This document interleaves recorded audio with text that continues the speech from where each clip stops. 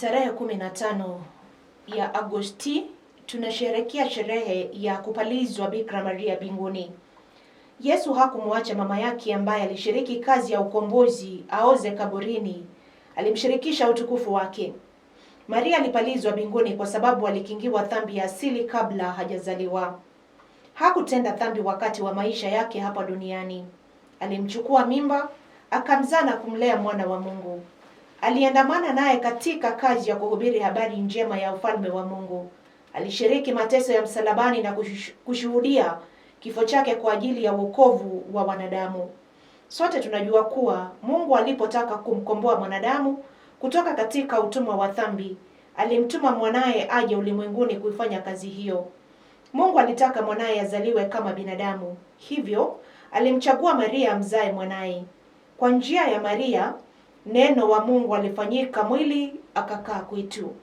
Yesu alipokuja hapa duniani, alianzisha ufalme wa Mungu na kuangamiza ufalme wa Shetani kwa kuwaponya watu waliosumbuliwa na madhaifu mbalimbali na kutoa pepo. Baada ya kuanzisha ufalme huu, aliwalika watu wote wapate kurithi. Baada ya kifo na ufufuko wake, alipopaa mbinguni, Mungu alimfanya kuwa mfalme wa mbingu na dunia. Katika kazi yake ya kuusimika ufalme wa Mungu hapa duniani, Maria alimfuata mwanaye bila kumwacha hata alipokuwa msalabani. Katika sikukuu hii, tunaona Yesu hamwachi mama yake aliyeshiriki kazi ya ukombozi, bali anamshirikisha utukufu wake na kumpaliza mbinguni. Yesu hakumwacha mama yake aliyeshiriki katika kazi ya ukombozi, amempa tuzo kwa kumpaliza mbinguni. Hata sisi pia tukiwa waaminifu katika majukumu tuliyopewa na Mungu, kama Maria, tutashirikishwa pia utukufu wa Mungu siku ya mwisho. Maria ni mama yetu. Kwa maisha yake, alituonyesha jinsi ya kumfuata Kristo tupate kufika mbinguni. Anatuonyesha kwamba hatuwezi kuingia mbinguni bila kupitia mateso na msalaba.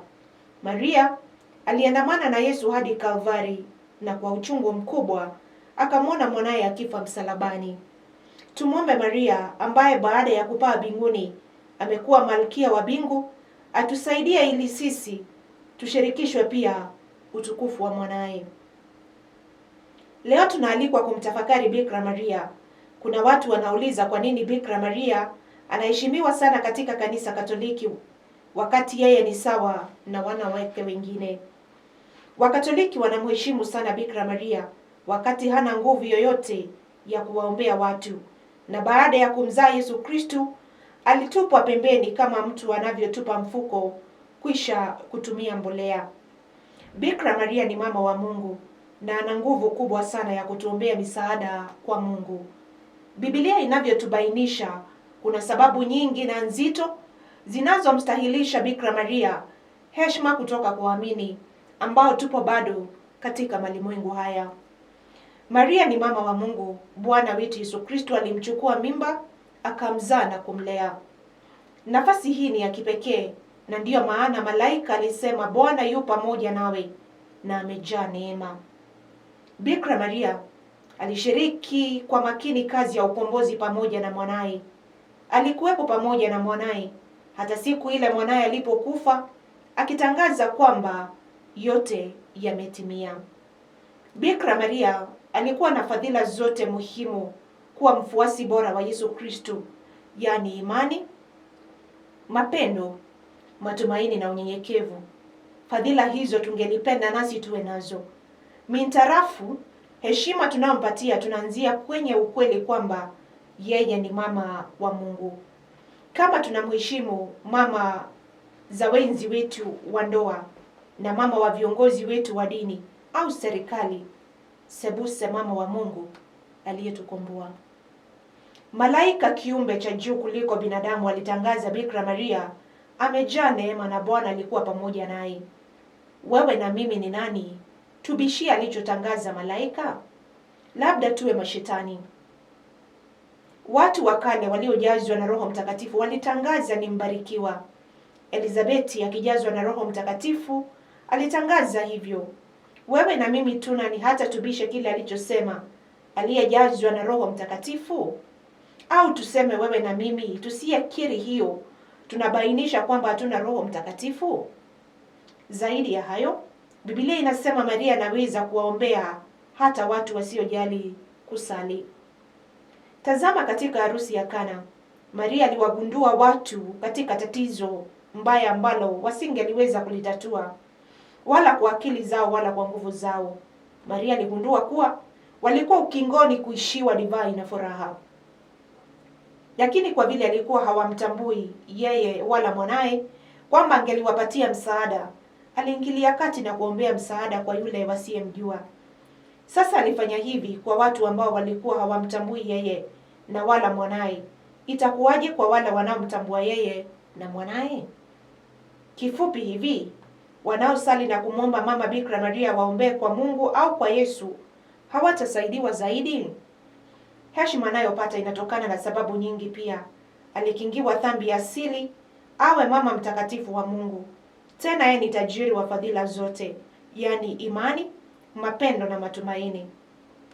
Halafu yeye amemshiriki katika harakati ya ukombozi pamoja na Yesu, na hatimaye yeye amefaulu vita dhidi ya shetani, na sasa yupo mbinguni mwili na roho kama zawadi maalum kutoka kwa mwanaye Yesu Kristo.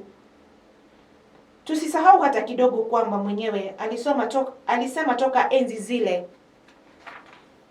na vizazi vyote watamuita ni mwenye heri. Sisi ni kizazi gani hata tukatae kumuita alivyoitwa daima na vizazi vilivyopita na vile atakavyoendelea kuitwa na vizazi vijavyo? Hatuwezi kupenda boga tukakataa mboga. Ukipenda boga upende na ua lake. Kutokana na haya yote, kila Mkristo anapaswa kumheshimu sana Bikira Maria kama vile ana sifa na nguvu kubwa ya kutuombea kwa mwanaye. Badala yake Kristo alitukabidhi sisi kwake naye kwetu, ili sisi tuwe naye na yeye atusaidie katika matatizo yetu na kuyapeleka kwa mwanaye Yesu Kristo. Tafakari. Sikukuu ya kupalizwa mbinguni Bikira Maria inatukumbusha kuwa Maria yupo mbinguni mwili na roho. Mwili wake unashiriki pia utukufu wa mbinguni pamoja na mwanaye Yesu Kristo. Kwa nini? Ni kwa sababu akiwa hapa duniani mwili wake ulikuwa nyumba ya mwana wa Mungu, na hivyo ulitakatifuzwa kwa kiwango cha juu kabisa. Maisha ya sasa ni maandalizi ya maisha ya umilele ya furaha ambayo hayawezi kulinganishwa na furaha yoyote ya hapa duniani. Maria alitusaidia kwa maombezi yake kuishi maisha mema na matakatifu. Mama Maria uliyepalizwa mbinguni, utuombee.